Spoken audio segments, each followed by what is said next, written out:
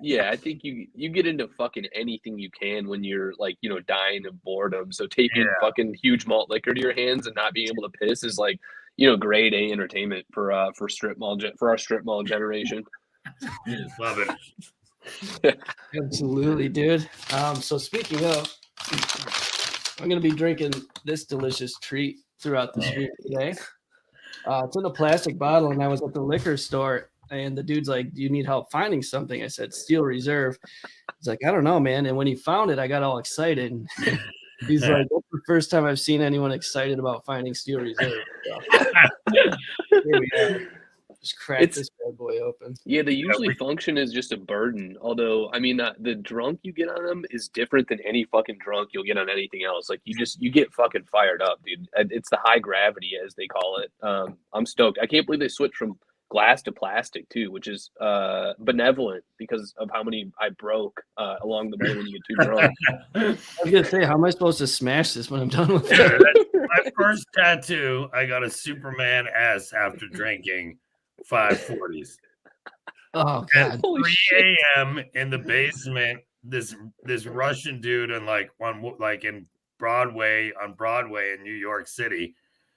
I stumble in. The guy was like freehand drawing on me, and luckily my friend was there. He's like, "No, bro, you gotta like use a stencil at least."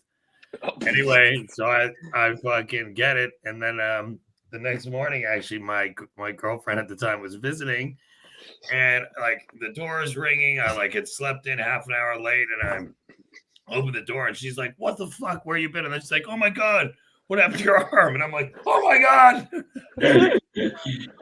Holy shit! I started getting tattooed. So do you still have it? And was the Superman S done? It was terrible, bro. It's covered up under there. All my first tattoos are all covered up. They were all awful. It would have been worth keeping if the Superman S was done in the Stussy S, like the 3 lines that we all left. That would have been sick. Yeah. So, oh my god! All right. Well, yo, we're live, so I'm gonna hit the theme song and then bounce it to OG.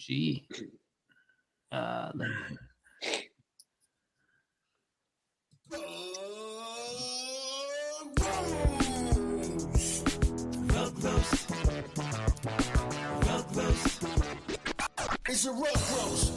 Please get smoked. You come with the real or you end up toast. RugRoast.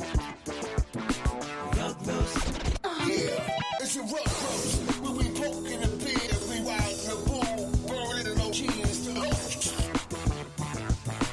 RugRoast. Dope.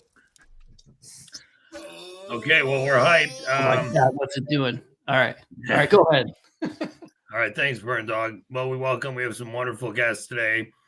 As our audience knows, we love to have dope co-hosts. Last week we had Guido. It was incredible.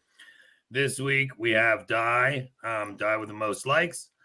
And we're going to let Die introduce himself. I first met Die. I saw his work last year.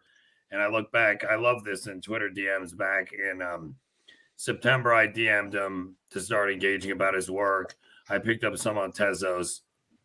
And then the sales right before the last two on Super Rare were to me. He and I have finally collected one of his pieces.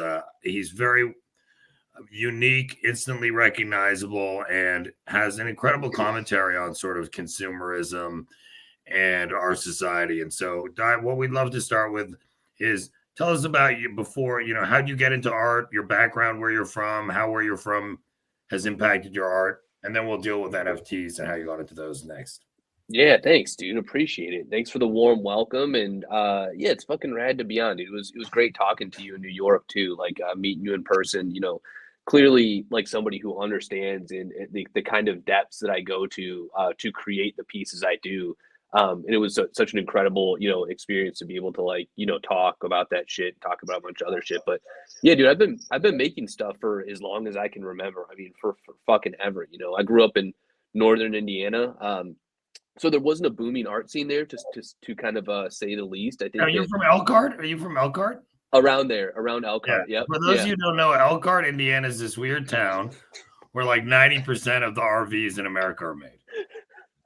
Yeah, and it also has the RV Hall of Fame too, which I spent a lot of my dear childhood at observing. So that was kind of my version of the Mona Lisa, is looking at like overstuffed furniture and fuckable microwaves that are sitting inside of RVs that are fucking, without wheels essentially, that will never travel the country, which is like a really sad and poetic observation of most of those things that are made. But Yeah. yeah, dude, was making stuff forever, and essentially I was creating, as I make so much fucking stuff. Like I love creating, and it's not something that I can even stop myself from doing. So I was making all this physical stuff, and my wife and I were essentially drowning in our apartments with all these physical paintings and shit that I was making on a daily basis. There it is.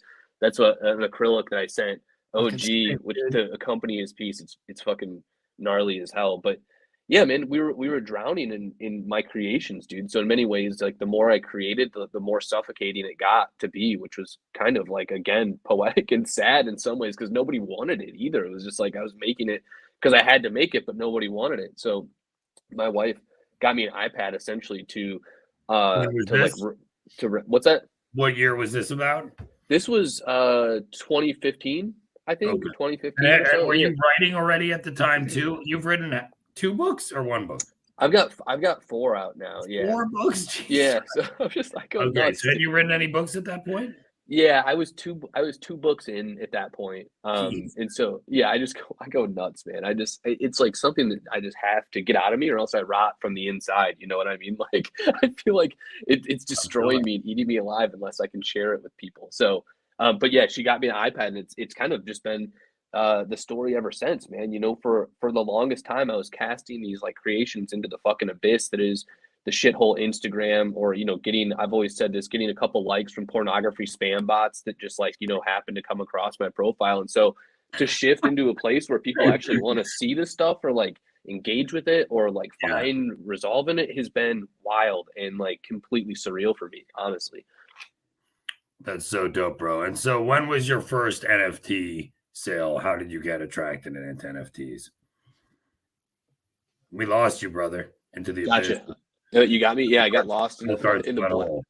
the butthole. Right. Yeah, do I have to crack a beer because Burn Dogler has one? Does this mean, dude? It's Only only if you have to be in shit, man. Okay, sorry, Di. Go ahead, buddy. No, I was just gonna say. So yeah, it's been a really surreal time for me, dude. Because honestly, selling shit's really cool, but honestly, like the most insane part is that my relationship with my collectors and everyone in the space and everything is like this. We're just constantly building off of each other and escalating about what we talk about in the conversations we have, what we observe happening in our blue light abyss. So it feels really cool to be part of this fucking collective organism that we've all chosen to attach ourselves onto. It's fucking wild, man. Like I think about it every morning and just say like, this is nuts that we are hurtling together towards an unknown fucking thing, and we're all totally cool with it because we vibe with each other, because we think similar things are hilarious or funny, or we find emotional little like morsels within the tweets that we look, or like so it's pretty fucking dope, dude. I'm really fucking happy at the time.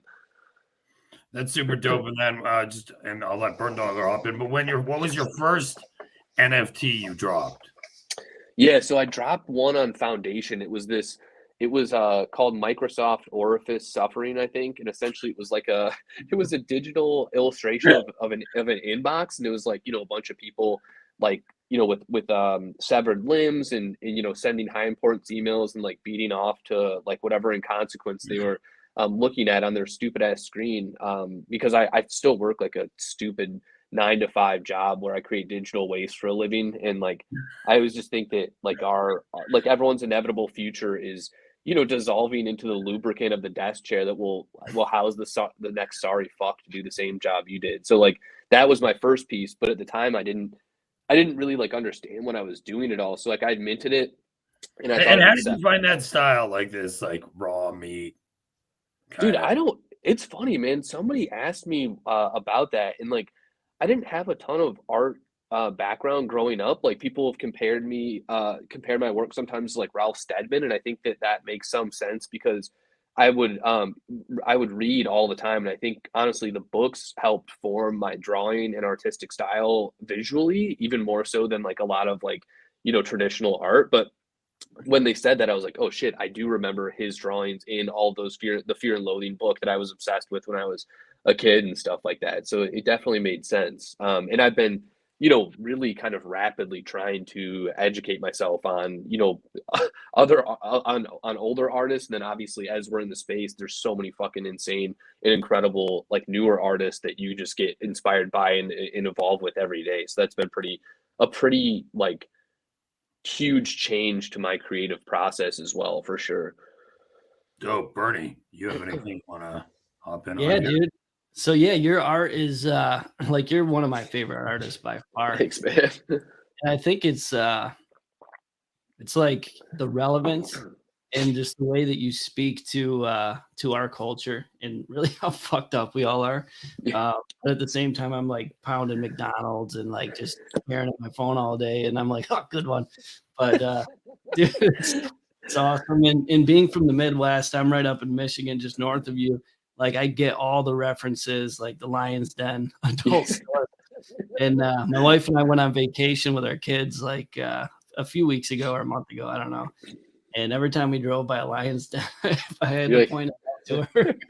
So yeah, thanks, dude, man. I love your art. Well, it's funny that you say that because like there's a beauty in the convenience that we all participate in many ways. There's like a sadness to it, and then there's also this beautiful this beautiful comfort in what we're doing. Like I would have never met any of you guys without this stupid bird app that we thrust at every day. You know what I mean? So like it's just crazy to think that there's two different worlds happening concurrently in all this stuff that we're consuming.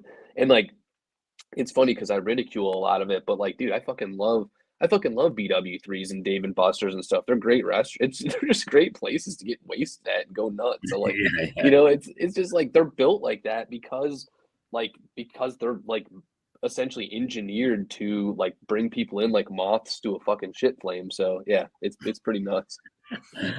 Moths to a shit flame. That's like yeah. Anything else, bro? Go ahead. Yeah, I mean, look, so I hope we're not having the same issues on Twitter, but just to hear you speak, bro, we've had the pleasure of chatting on the phone a bunch and being in person. I think hopefully even in this little short time, it's clear to everybody it's almost like modern Fight Club with humor, approach to society. So it's just such wonderful to have you. So as many of you know, the market's pretty dead right now. We're not telling you anything you don't know. It's a real struggle out there. I think in times like this, getting together in person or listening to these things is a real opportunity to dial back into the positive energy in this space. So with that, Bern, why don't you introduce our projects? We want to thank everybody for listening. Di, we're so hyped to have you on here, bud, and really appreciate you. Yeah, thank you, dude. Yeah, for sure. First, I want to do a quick Twitter test. Can you guys, if you can hear me and hear the other people, can you just do some sort of reaction? It should work. We tested it earlier this week, but like react in any way. Can you hear us? Yes. Sweet. Okay. So we're good, man. Yeah, so our first guest, Mars Rejects. It is an IP project. They're building like a whole comic series.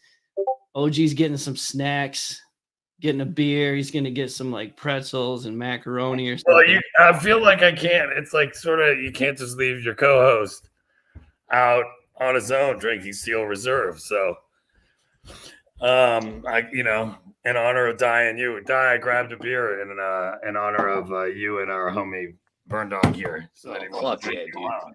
Thank you for that. Okay. I think they can hear us on Spaces, right? Beautiful. Yeah, man. Fixed it. So what the funny thing is last week our Spaces was fully rugged, and afterwards I was trying to figure it out, watching all these videos, and then I DM'd OSF and I was like, dude, do you have any idea what I could be doing? He's like, you have to move the slider on the Roadcaster up. So I did that and it fixed it. It was like the dumbest fix. But, in other words, you didn't have the fucking volume on. Yeah, the volume was not on, and that's just because I'm slower than the average person. But we got around it. So anyway, Mars Rejects. They're building a comic series IP. Just reading through I guess the brief introduction they sent kind of reminds me of like Nuclear Nerds. If anyone's familiar with them, the art with Nerds is sick. Love what they're doing, but it's kind of an IP type storytelling project. So with that, we've got the Mars Rejects on with us. Thanks, I guess the man. first question is like, who are you? Give us a background on you.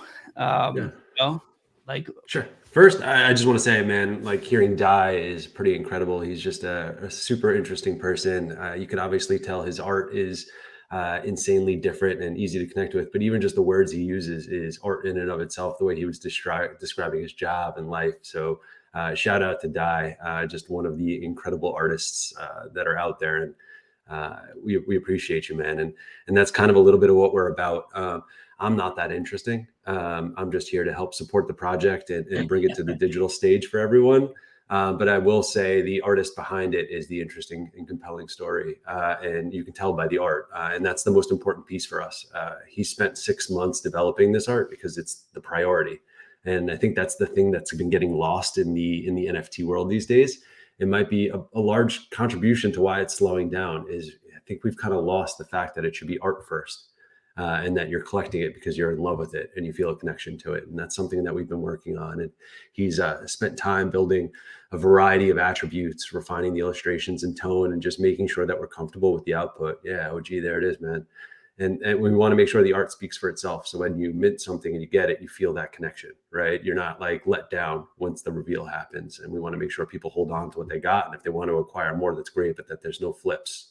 And that people are clearly aware of what they're getting into. And then secondarily, the community, that's the thing that keeps getting lost also is these like graveyards of half-baked ideas. So we've been making sure ours is grounded in reality and that we're building something that's sustainable, interesting, and compounds in value so that when you look in your wallet, you're proud of it. But back to the art, man, if you haven't checked out marsrejects.com, Pepe Tirado is at the forefront of this, building this. He's built every PFP. He's built the website and made sure it's dynamic and feels like it's storytelling. And it's sick. It's. I mean, he's everything, right? It sits behind the Mars Rejects, but his art is everything. So just like as you scroll down, the storytelling, the collection, it all starts to tell itself. So we just want to gather like the world's artists, storytellers, creatives, and bring them into one place to create something together, something that everyone's proud of, even just people who are enamored by sci-fi and just want to be a part of something. So our plan is to, build something together, something compelling, and something that at the end of the day doesn't have an end to the roadmap and continues to grow. So we're stoked to be on platforms like this, and thank you for having us so that we can get the word out and hopefully find more artists, more enthusiasts. And honestly, I say it as a joke, but bring NFTs back to earth a little bit and take it away from the hype and hysteria that it's gone to.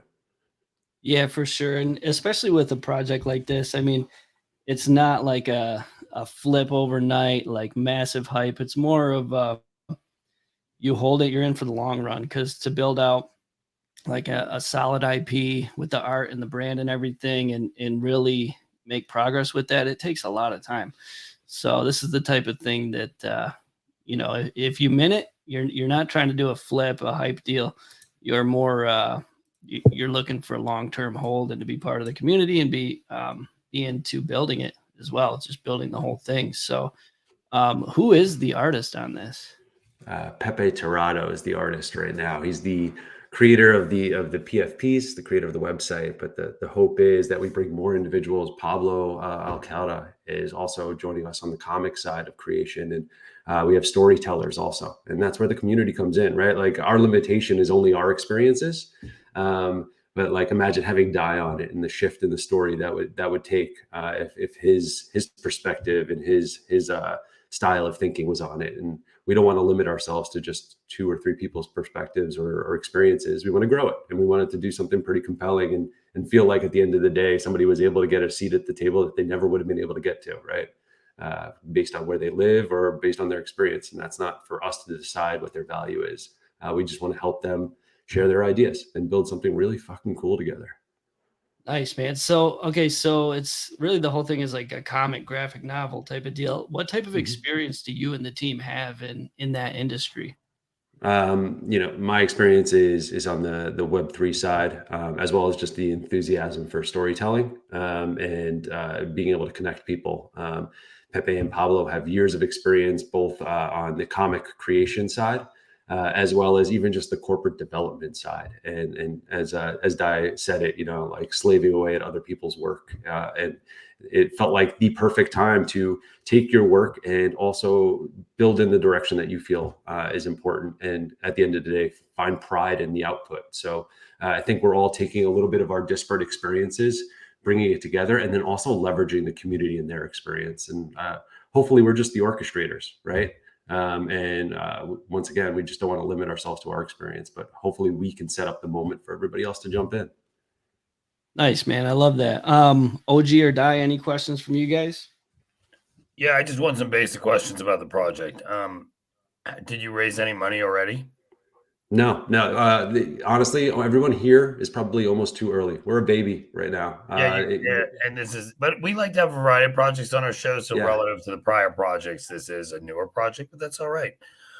So in terms of just the actual next steps, you're issuing a 10,000 PFP collection with 20 plus trade categories, and what did it say? 500. So you're gonna get. When are you planning on issuing the actual Mars Rejects PFPs?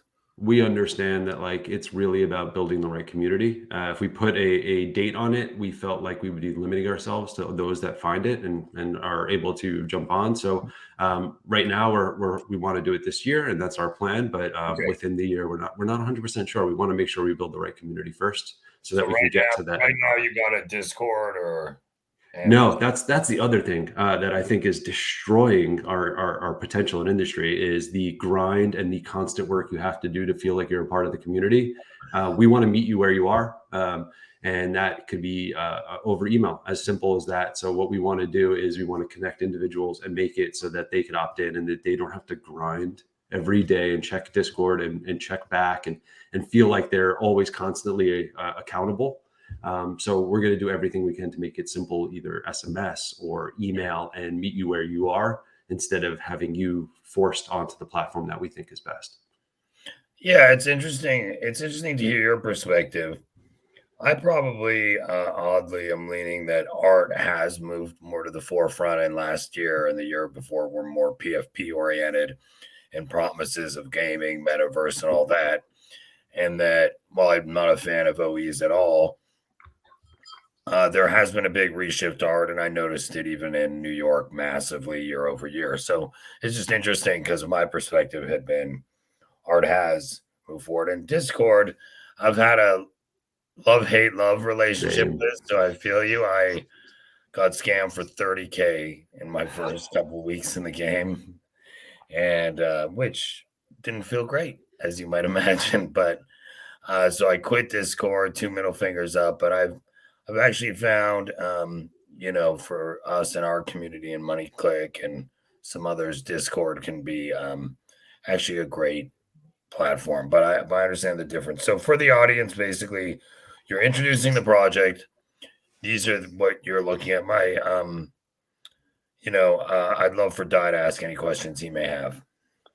No, I dig it, man. The art looked pretty fucking cool, actually. It kind of reminded me of Afro Samurai in some ways, Yes. At least some of the pieces, which I don't know if anyone's watched that, but it's a super dope show with it's got Samuel L. Jackson in it. I don't know who does the voice of Afro himself, but it was on Adult Swim a while ago. It's super sick, but kind of reminded me of that in some ways. And like I get the no Discord thing is it's like I feel like that's a little bit enlightening to me in some ways because dude, the amount of notifications and shit that we have to wade through on a daily basis is absolutely excruciating. Like I go nuts, and so to think that like everyone should have their own essential specific TV channel that like you force people to subscribe to in order to like get whatever stuff is coming out of whatever idiotic broadcast is coming out of that is just it's like it becomes so overwhelming. So I actually dig that for sure. But yeah, overall, so in terms of the project itself,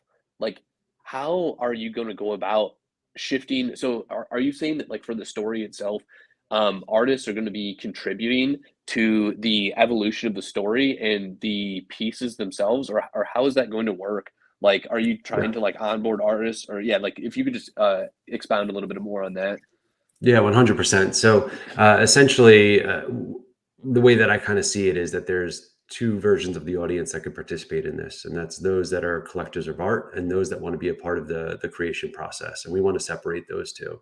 So after minting the initial Genesis art, we'll take a snapshot and we're going to deliver an airdrop creator's pass. That creator's pass will give you access to the ability to partake in snapshot voting. So if we get to a point in the story where we want to give multiple options, people will be able to vote on the direction of the story.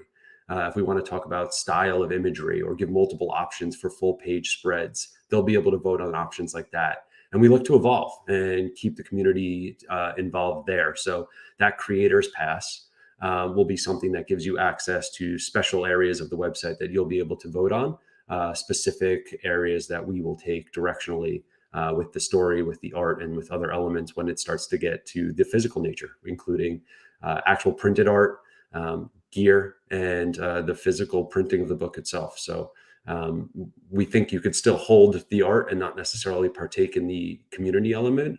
And you could hold the community pass and the creator's pass and not necessarily own a piece of the art. So we wanted to separate those two as we think it caters to different audiences. Interesting. So for the community guidance, that'll be mostly done via email, website. That's the initial thought. Yeah, what we're trying to do, to Dai's point, is remove the anxiety out of the relationship with NFTs, right? The feeling like you're always missing something. And if we meet them where they are, and if the community votes that happens, email is the best version of that. We'll still use like the likes of Twitter as backup, as that's just like a default platform.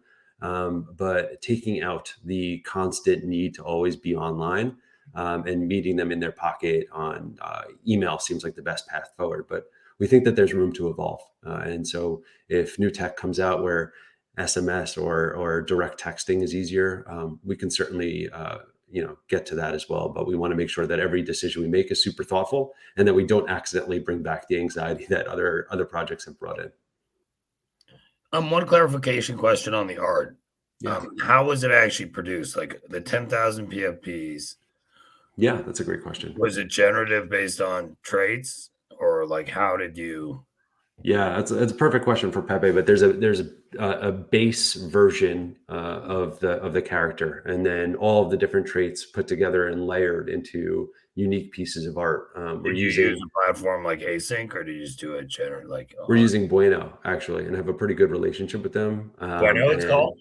Yeah, they've done a really great job at making it really simple, removing the tech and coding that's typically involved in this, and really focusing on the art itself. I see this is Bueno NFT generator. That's dope. Yeah, and you'll see a lot of successful and notable projects have used them as a path forward. So we're pretty excited to partner with them on this one. Oh man, I had one more question. So like with the market the way it is, and like shit just hitting the fan all the time, and us just wading through it. So like with the 10K, is there a reason why you decided to stick with the 10K level of that thing, or like it just seems like there's not even it seems like sometimes there's not even enough people around to do that shit. So I was just wondering. Yeah, it's like under 7,000 wallets trading daily on average. That's what I was 7,000, like for real, guy. Yeah, 100%. Right. It is an aggressive number. We have talked about removing it completely or reducing it, and I think we're going to let the market dictate that number, right? Like that's our goal. And it's not a goal necessarily for monetary reasons. It's a goal because we think that's a really cool door to let that many people in.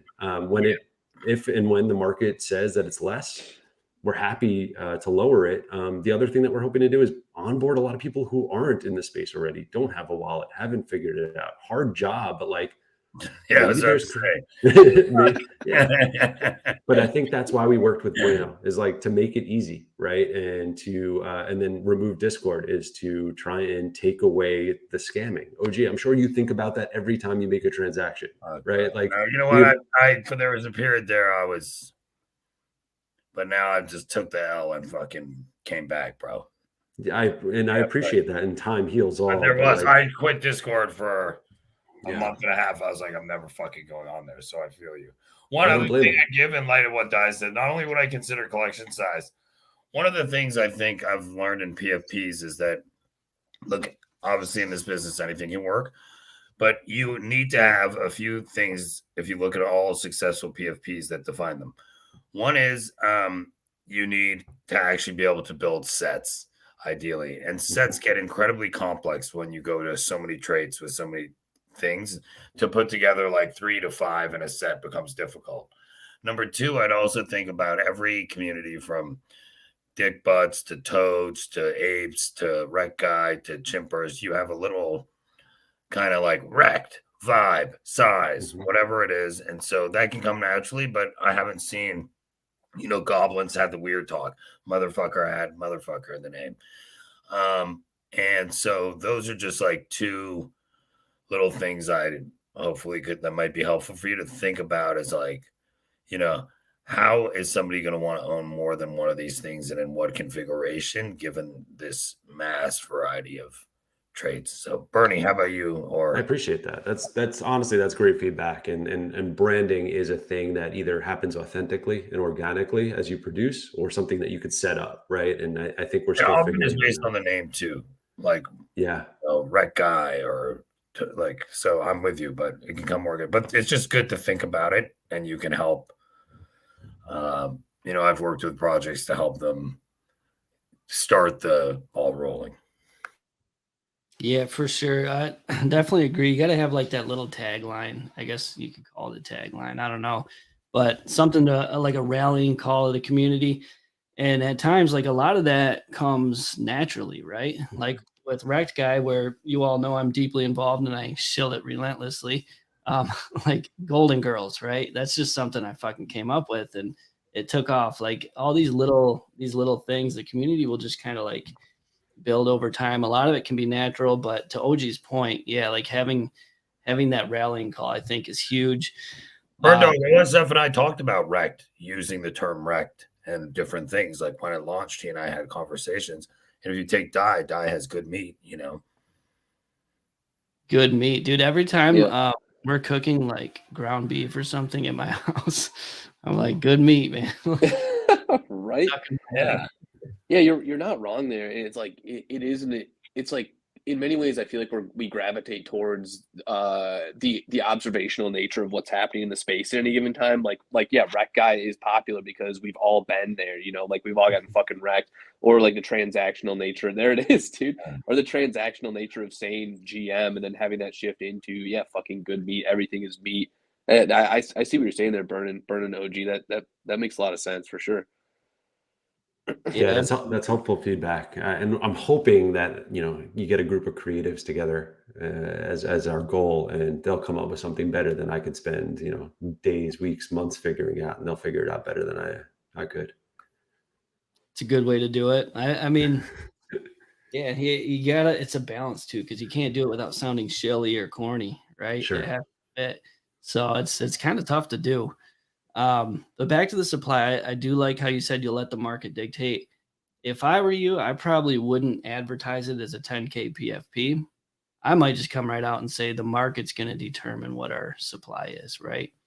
Have like a short mint window, and that's it. That's your supply, and you go. That's cool. Yeah, I appreciate it. It could be a distraction. What was that? Sorry, I was just going to reiterate what Burn Dog said. In the Money Click, we have various mechanisms we drop artists. One I call it click or die, because it's called the Money Click. And so you just say basically there's a period the click, that's our community can redeem it. At the end of that period, whatever that has been issued is the edition size. Cool. There's confidence in that, which I very much appreciate. And I think you guys are right. I think the edition size could be somewhat of a distraction, right? As I've sat in a million discords that are talking about, cut and burn, or are worried that they're not reaching it. It's a level of performance, right? It's a metric of success when it doesn't have to. Brutal, man, in this market. Like even though I know people with massive connections, experience, I think this is the worst. I've seen where artists who easily used to sell 200 or something like issues, like, and they literally, it's not like they sell 100, they sell like 11 and shit like that. So It's Yeah, fucking but it's forcing projects to think differently, right? You can't just drop some shit that works in the moment. You have to do something that people want to actually put their money towards. And if not, you're going to get flippers and it's not going to last. So I'm hoping if you build during this moment, you acquire during this moment, we can not only contribute to the individuals that have stuck around, but also to the industry and to the people before us that laid the groundwork. So we're hoping that this is still the right time to build. Yeah, I almost feel like the one last thing I'll say is just that, dude, the amount of like reheated fucking shit that we have to deal with on Twitter all the time is so brutal. Like, and that's where the GM and GN, and I don't feel like there's a lot of places that have a unique, or a lot of people in some ways that have a really unique voice that's like, funny, or like actually telling something that people want to hear versus like beating them over the head with, selling shit, or, or whatever it is. So I feel like, adequately telling the story and delving into stuff, and like, creating a really interesting like storytelling mechanism on Twitter is vital to the success of both projects and artists in many ways. Like, I feel like that's where the overlap is. Like, if you can't do that, it's really difficult to succeed in some ways. Yeah, yeah, you're not wrong, and the pressure to acquire large sizes of individuals to follow you can lead you down the wrong path pretty easily, as it's a perception thing as well. But I think you're right; it's a skill set. Speaking to people that feels like you're speaking out in the ether, but saying something that's worth listening to and getting people to subscribe because they want to be a part of it. Yeah, it's a massive grind, dude. And I think a lot of projects go wrong by minting too early as well. They Mhm. don't take the time to like work their way through different communities, get to know people. It's like, hey, this is coming up at this time, and we're minting at this time, and then they launch and they just shit the bed all over the place. I think taking the time to just network, build your community, is huge, especially in a market like this, right? You're in no rush to mint, because odds are if you were to mint tomorrow, it probably wouldn't go too well, It would be honestly. me and my mom. Yeah, it would just be me and my mom minting. But the fact is, you're not wrong, because the other piece is refining your project, refining your roadmap, and making sure you're building something that's solid, and that takes time. So, like, we've thought about it for a while, but it completely changes once you get the feedback of those that are willing to invest in the vision, right? So, we're in no rush, and we're certainly here to build something that we think has, as you said at the top, like is going to be around for a while. This is an investment not for a week; it's for a while, because there's a goal, and it's a substantial goal. It's not an easy one, but we're excited about it. Nice. All right, man. On that note, let's do our rating. So, Di, the way this works is we rate on a scale of 1 to 10. I go down to the decimal point. OG likes to keep it to the zeros and 0.5s. But I like to be a little more precise and have a good proper measure. OG, Die, you can smell bullshit a mile away. You'll see Burn Dogler goes to like 7 decimal places to act like he knows what the fuck he's precision. talking about. All about precision. So, Every so decimal matters to us, just Yeah. so you know. Yeah. Bernie, you want to go first? You want to let Die go first, or how do you want to do this, big dog? Di, you want to go first, dude? It's up to you. Yeah, that sounds good. I mean, like, I don't have like I'm not super plugged into this world or so much, because I'm like just I'm just kind of making my own stuff and doing my own thing in many ways, and but like overall I feel like the art is cool. I fucking Afro Samurai is a dope ass show if people haven't seen that. So that's pretty rad. I dig the openness to taking the numbers down on it potentially, and like it seems like it seems like you've got a good thing here. What's the ranking between? It's between 0 and 10. Yep, 0 to 10. I'll rank it a 6 or a 7 with room for improvement if the PFPs are fully fuckable at some point. But I think this is a good, like, it looks cool, dude. I dig it, and I dig that you're like open to fucking getting after whatever it is that is gonna be an evolution of this thing, right? Like, you're not set in a specific thing that you're just gonna camp out in like in your own porta potty and keep shit in your pants at. So I'm pretty I'm cool. This is cool. It's been cool to see. Is that It's a the good best. rating? I don't even know. That is the best feedback I've ever gotten. That is a good rating. bro. That What's is a good. good Yeah, what's a good one, Burn? What do you get? What are you doing? I don't know what do you usually give projects, or what's like the medium barometer you give projects usually? Yeah, I feel like in the like 6 to 7 range is a good rating, right? Yep. It's not bad. If you get up into like the high 7s and the 8s, then we're partying. And then below that, there's improvement needed, but you know the goal is to be honest. And yeah, I agree. I mean, if the PFPs are fully fuckable, dude, I could easily see this being a 10.5. Right? I mean, Uh, that's it's so funny. Yeah, so I'm gonna give it, dude. I was right in the same range as you. I was gonna say it's like a 6.328. wow, wow. So Dude, Look at this motherfucker, right? that's a pretty good rating, right? But it's so early here. We're in a shitty time in the market. I've seen projects like, you know, Nuclear Nerds, their art's fire, you know, they've got a good team and they're just, you know, they're not killing it. But the thing is, these are long run projects, right? This isn't something where you're gonna like crush it over 6 months, a year, sometimes even 2 years. It might take 3 to 5 years for something like this to be like, holy shit, it's valuable, right? So I think there's potential here. So I'm giving it 6.328. It's a good thing I wrote that down. All right, OG. Yeah, I haven't. You know, it's interesting. The first episode after that, I thought a lot about my system, and I'm a little different. Like my view is like almost you have to go in assuming data empirically shows that 99% of projects fail, and so my ratings are probably a little more. You know, at first Burn Dogler thought like I was, you know, just giving high ratings. I want to. We're here. The name is RugRoast, but it's really about I want and we want and Burn wants and our guests want to give valuable feedback to these projects to help them have a higher chance of success. And I've been lucky enough to be an advisor to, you know, some people. And I think what people respect the most is like honest and authentic feedback because if it helps them perform better, then you've done a service. So for me, the challenge on this, let me go into order. The first is to rate something at this juncture where I can't lean into any specifics. It's just not my nature. It's no disrespect, but there's too many moving parts for me to say anything. What I would say is I think it's cool that I like the art and made that connection. I think you're very open and flexible. The project's very young, and the younger a project is, and the less funding it has, it's a higher risk. I'm highly concerned about that size of PFP. I'm laser focused increasingly on like the visual ability to put together sets and PFPs like Nakamigos. Like it or not, like they had a lot of stuff that like lent themselves well to people wanting to own multiple. Um, the When I look at NFTs, the utilities that have been proven are PFPs, as access to using a PFP and to community. Beyond that, unclear. Art, which we're seeing a surgence in, generally access like a token proof style thing.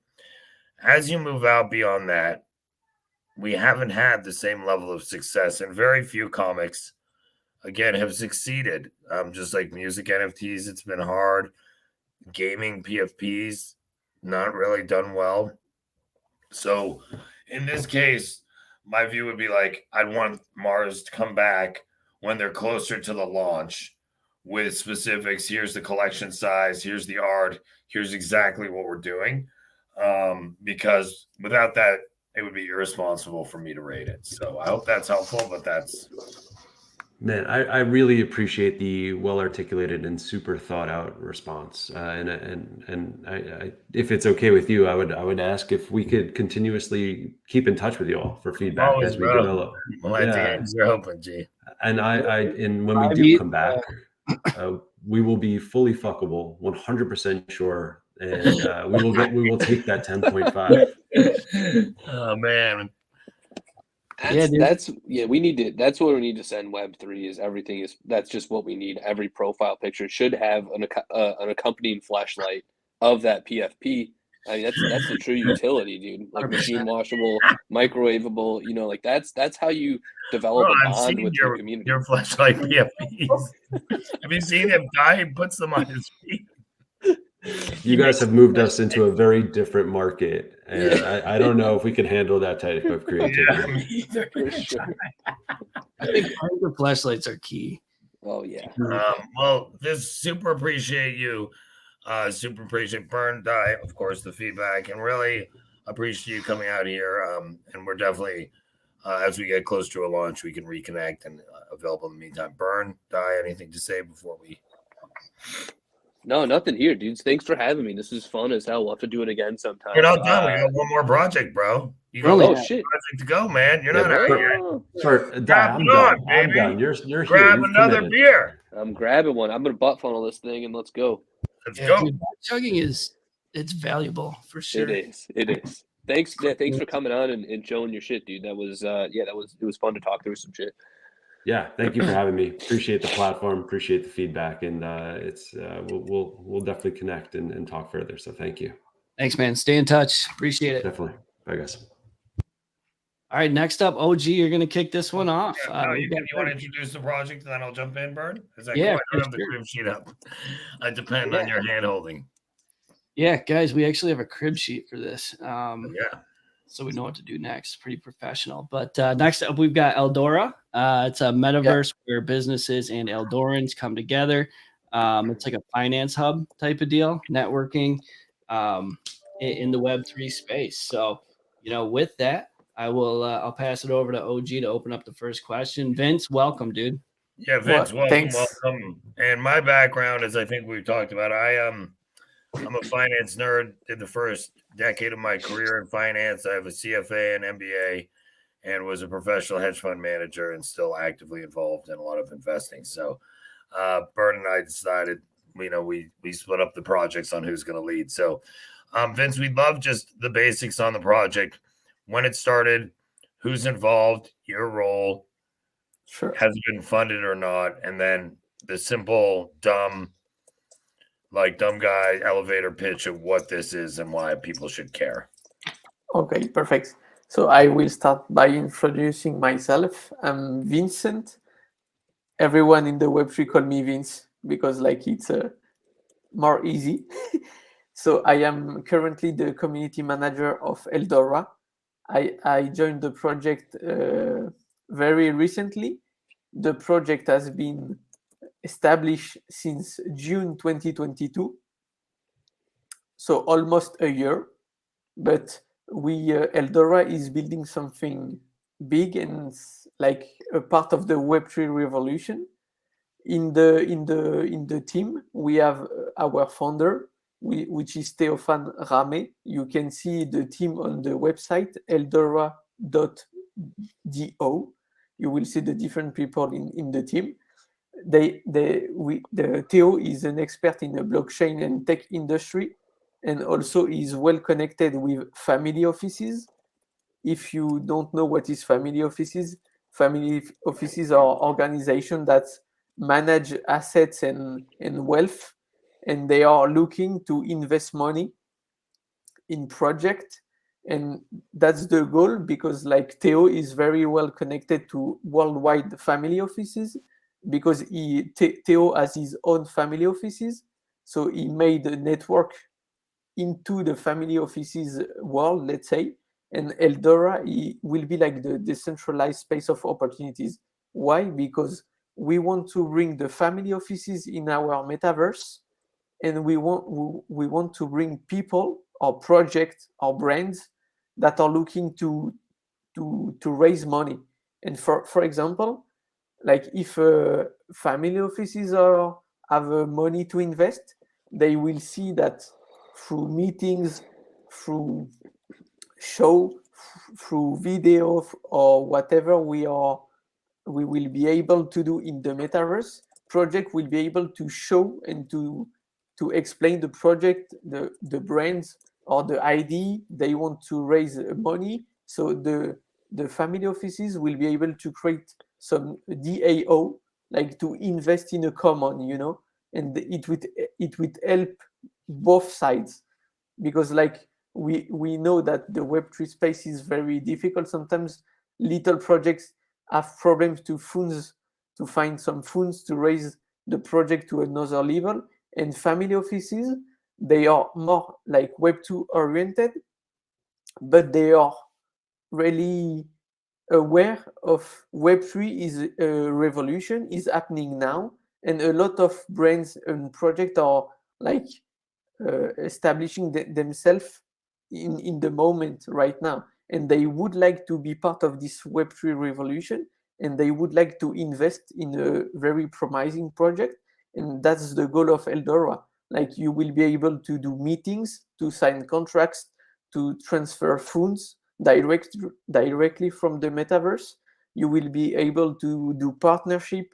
You will be able to monetize your project, because if you see a project that interests you, even as an individual, you can buy the NFT and you can like invest in a project, and you can like participate in the DAO.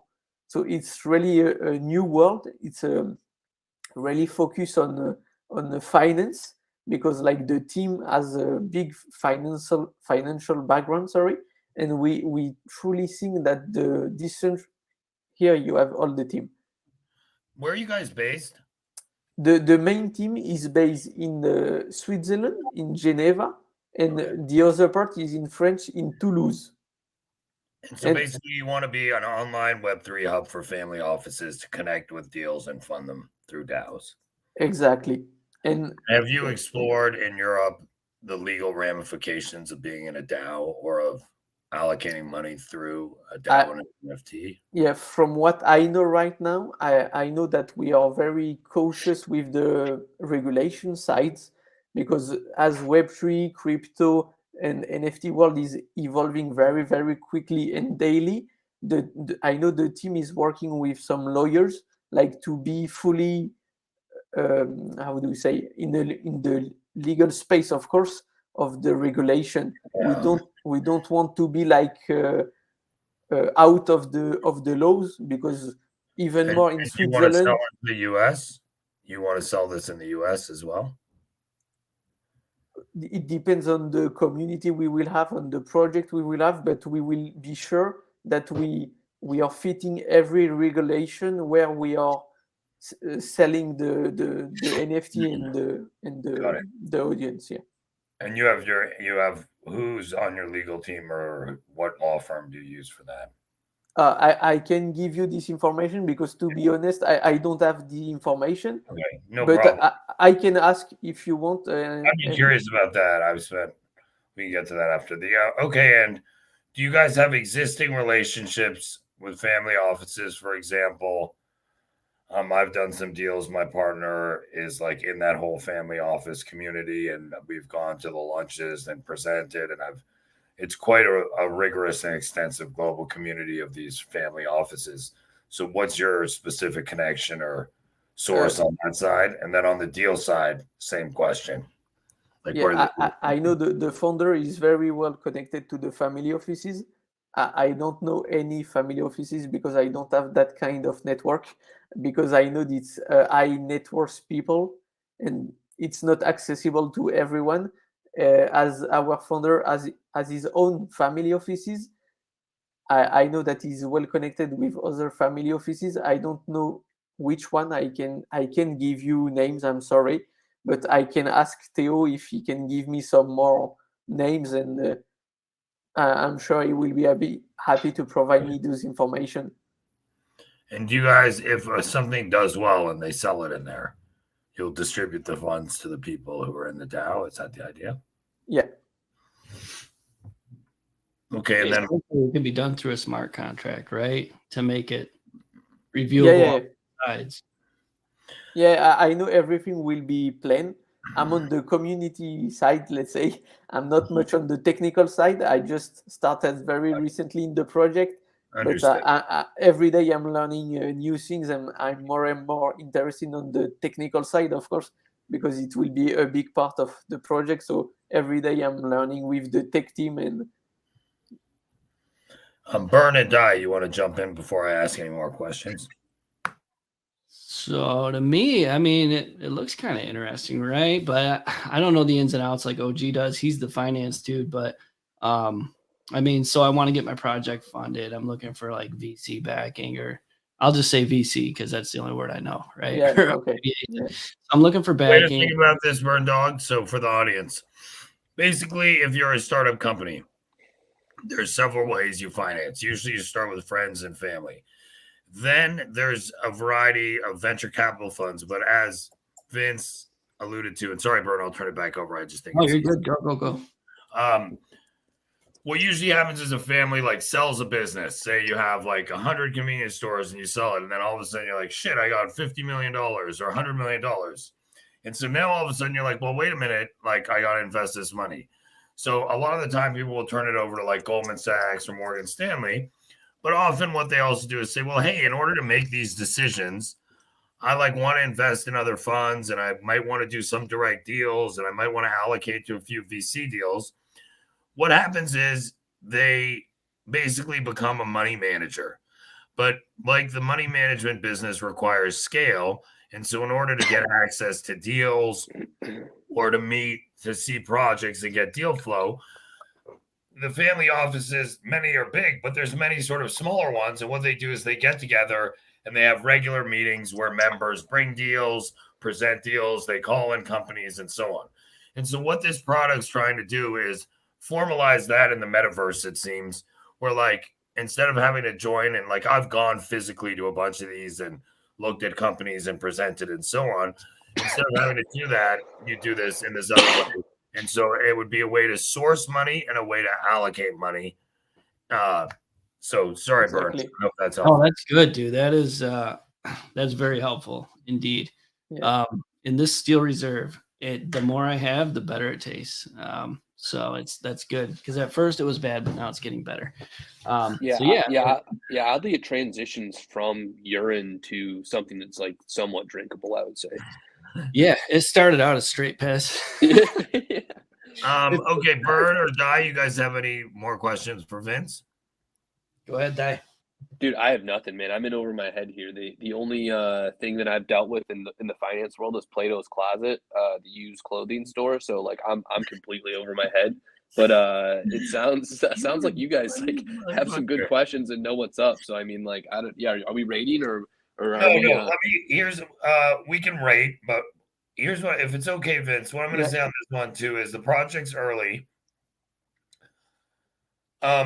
So in finance, there's a set of laws that they started as it was called fiduciary duty, which means like you have a certain level of duty as a fiduciary taking other people's money.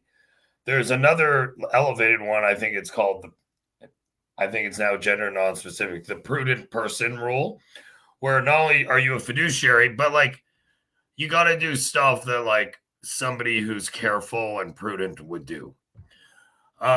So the first thing is like there's a variety of legal requirements around who and what can invest. So like if you're an accredited investor or get a statement, you can get access and invest directly in deals.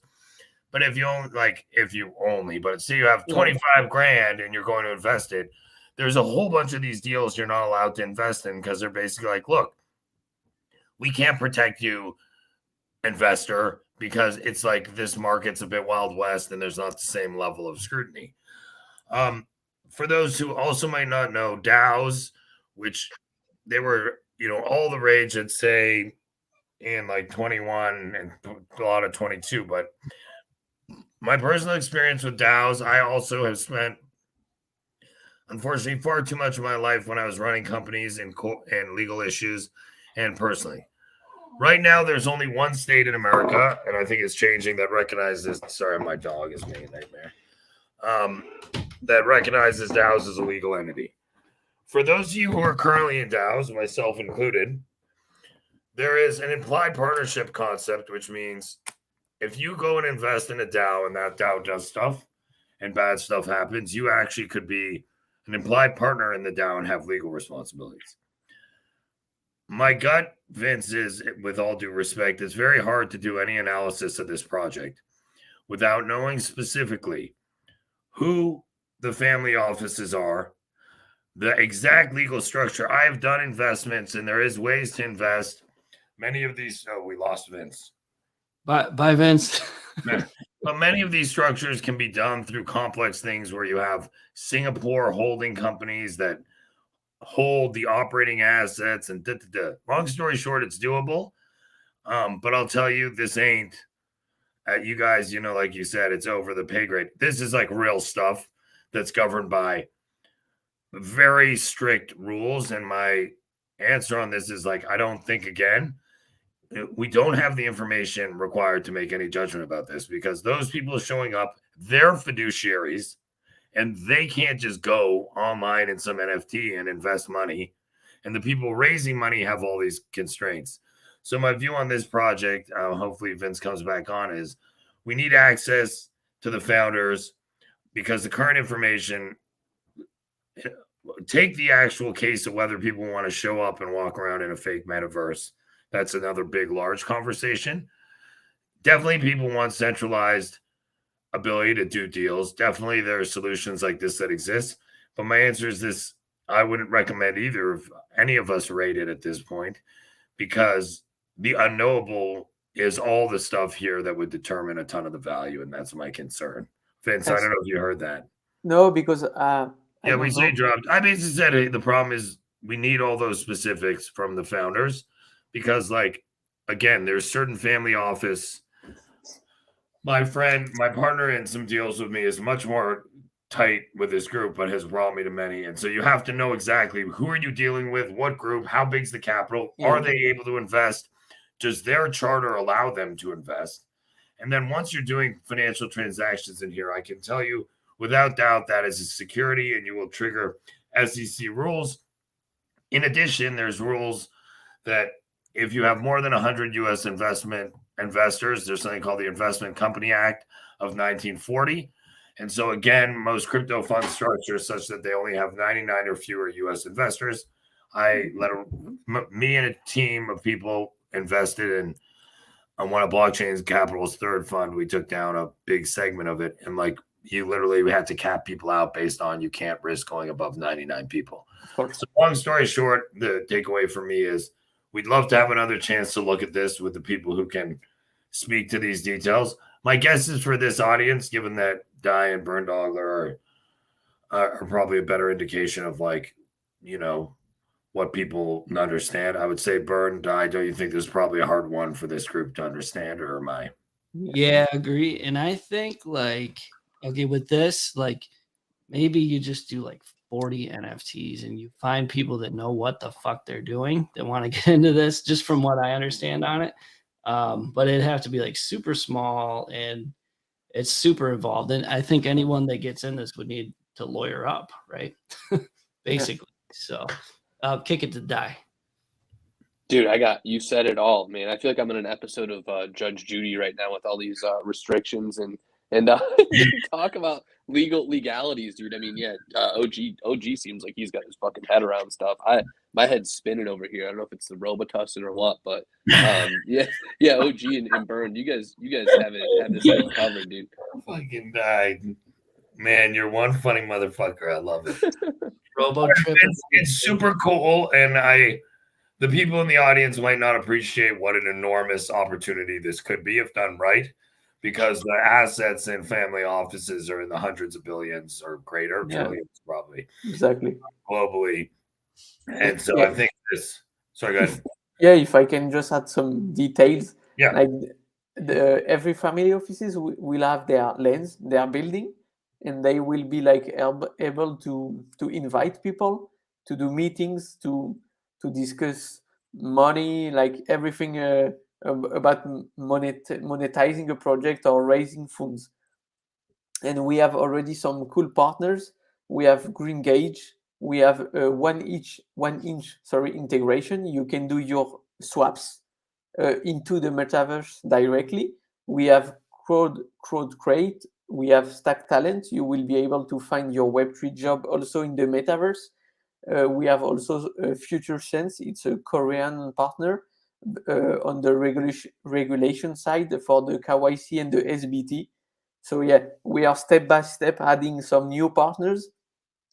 because we know that family offices are not aware of the Web3 space, and they need like proof of work, let's say, that we are working on something legal, real, that will be working.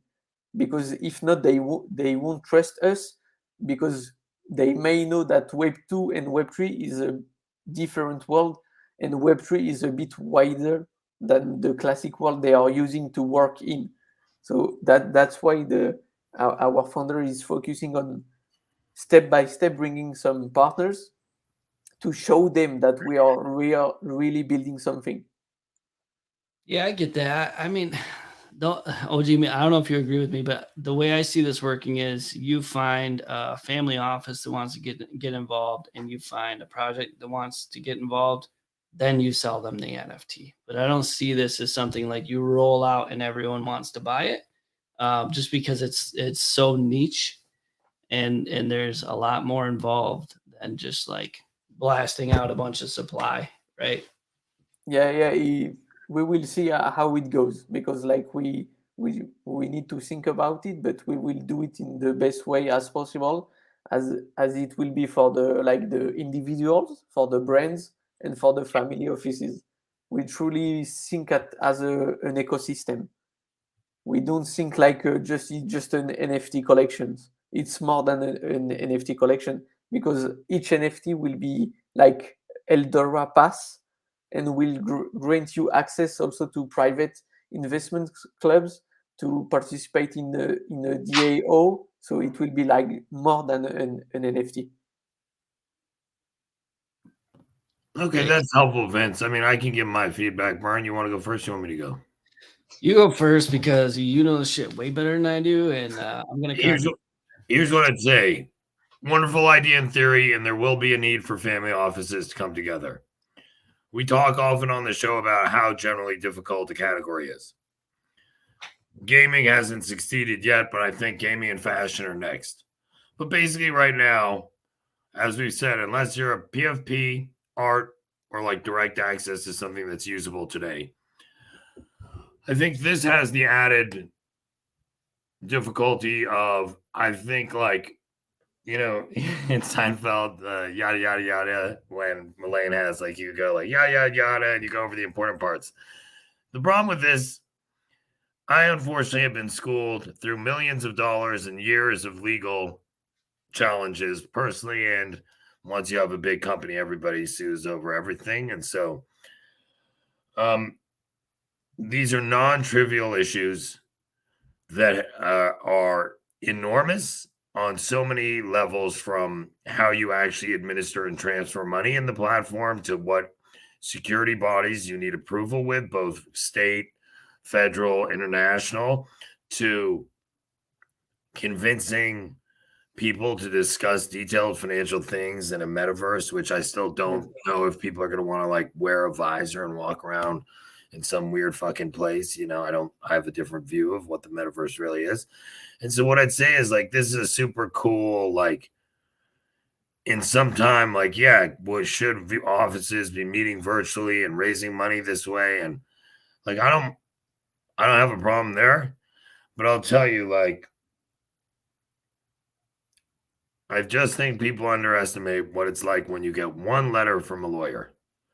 If you have a company and you get one letter from a lawyer, there's 25 G's like that before you've breathed. And so what you're talking about here is an challenging traditional finance and allocation of capital where our banks have been. So to me, this is just, I think NFTs aren't the right tool. You're raising a security effectively. You're doing capital allocation directly. I mean, most NFTs say we're not a security, and they have some leg to stand on. This is like you're directly using the NFT as a security to like meet buyers and sellers and allocate and then join in a shared pool of shared legal responsibility. My answer is like, yo, you motherfuckers tougher than me and willing to take on a lot more. And I consider myself pretty ambitious. So that's all I'd say is, like, you know, I think for the average, look, you know, earlier this week or at the end of last week, some dude, you know, one of the projects I was in, people sent 60 ETH to a blind wallet scammer. Like, not to be rude, but these motherfuckers ain't worrying about the Investment Act of 1940 and complying with prudent expert fucking rules, Dude, Yeah.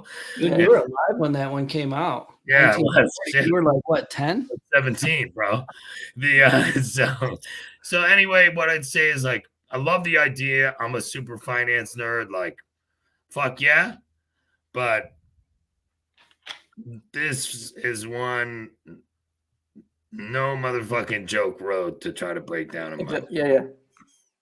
Thanks for the feedback, because like it's even more valuable as you have a financial background. So definitely a huge thank you for the feedback, because wish I had. we always appreciate like to discuss and have feedback. We are like doing it step by step, but as the team is like fully focused, maybe we miss some details or some things that are very important. As you said, I know from the intern team, we are really precise on the work about regulation and lawyers. I can say more details right now, but if you want, I can ask for more details. It won't be a problem. Yeah. No, I mean, I think for me to better help you out, and support you guys, those are Thank you very questions. much. Without knowing that, I don't think certainly any family office can invest without knowing a lot more than I just asked. So, all right, I Perfect. super appreciate you, Vince. Bern, do you want to rate, or you think what we discussed? It's just give you Yeah. feedback? Honestly, I don't think I can rate it because this is like way fucking above my head, and it's a good thing OG's here and like knows what he's doing. But that said, dude, follow up with us via email, talk to the founders. I think OG could help give some good insight to the team. I would be happy to connect with the founder, because like OG seem very valuable people with very good ideas. No, honestly, to be honest. Yeah, good. Well, that's what we're here for, man, and we really appreciate you, and we wish you the best of luck with the project. Why don't you follow up? Want to thank Di and our other Mars Rejects. I feel like this was a different flavor of show, and I really love being on the show with Bern and Di, and last week Guido and all the guests. So Bern, why don't you wrap it up? But thank you so much, Vince, and thank the audience. Thanks. Yeah, for having me. I'm blessed that you take your time to listen to us, jokers. Yeah. Nothing but love for you guys. Yeah, thanks everybody. Thanks, Vince.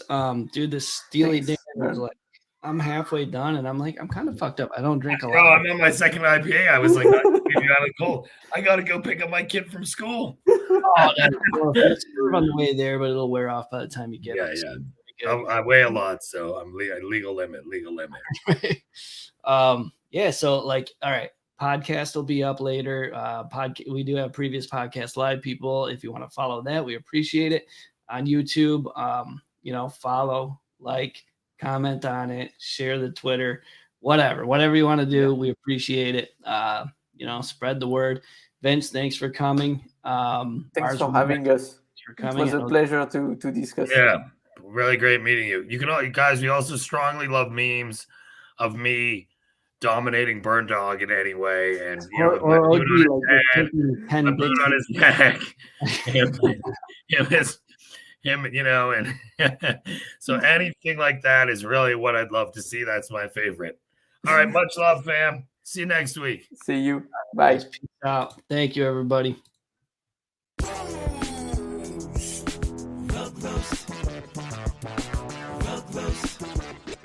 It's a rough